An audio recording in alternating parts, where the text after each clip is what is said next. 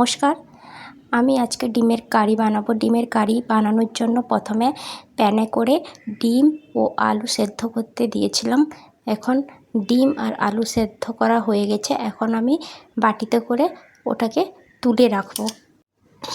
এরপর আমি ডিমের কারি বানানোর জন্য আমি এখানে 3টে পেঁয়াজ নিয়েছি। আপনারা যতটা বানাবেন পরিমাণ মতন নেবেন।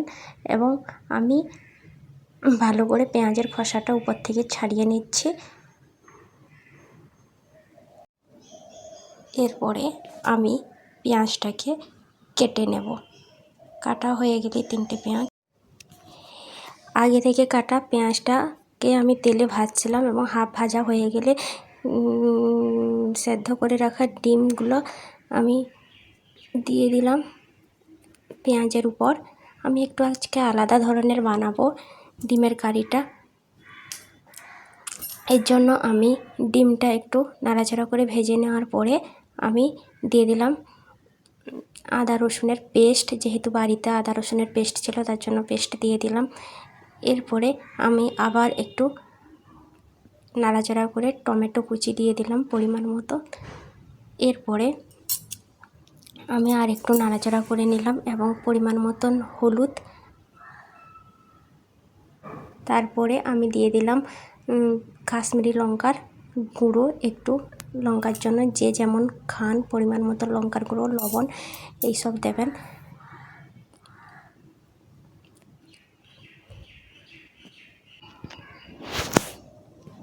এরপর কিছুক্ষণ এরকমভাবে নাড়াচাড়া করার পর একটু ছেড়ে দিয়েছি। এরপরে আমি সেদ্ধ করে রাখা আলুটা এর সাথে মিশিয়ে দিলাম।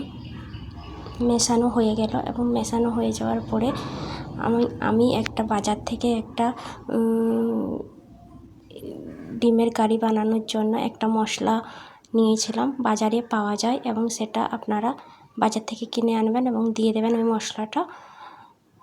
এরপরে আমার ডিমের কারিটা একটু কষানো হয়ে গেলে পরিমাণ মতো আমি জল দিয়ে দেব।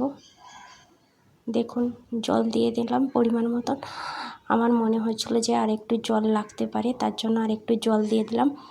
এবং জল দেওয়া হয়ে গেলে আমি এরপর একটা ঢাকনা দিয়ে পুরোটা ঢেকে রাখবো।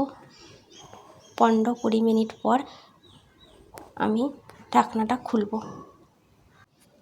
বন্ধুরা 15-20 মিনিট হয়ে গেল।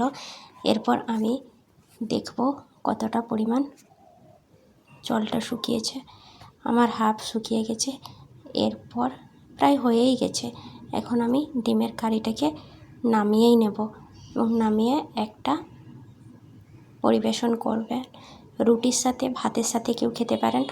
আমি আজকে রুটির সাথেই খাবো। এই আমি রুটির সাথে নিয়ে নিয়েছি দেখুন। এরপরে দেখি খাওয়া যাক কীরকম কী হয়েছে। একটু আলুর সাথে নিলাম, দেখি কীরকম টেস্ট হয়েছে।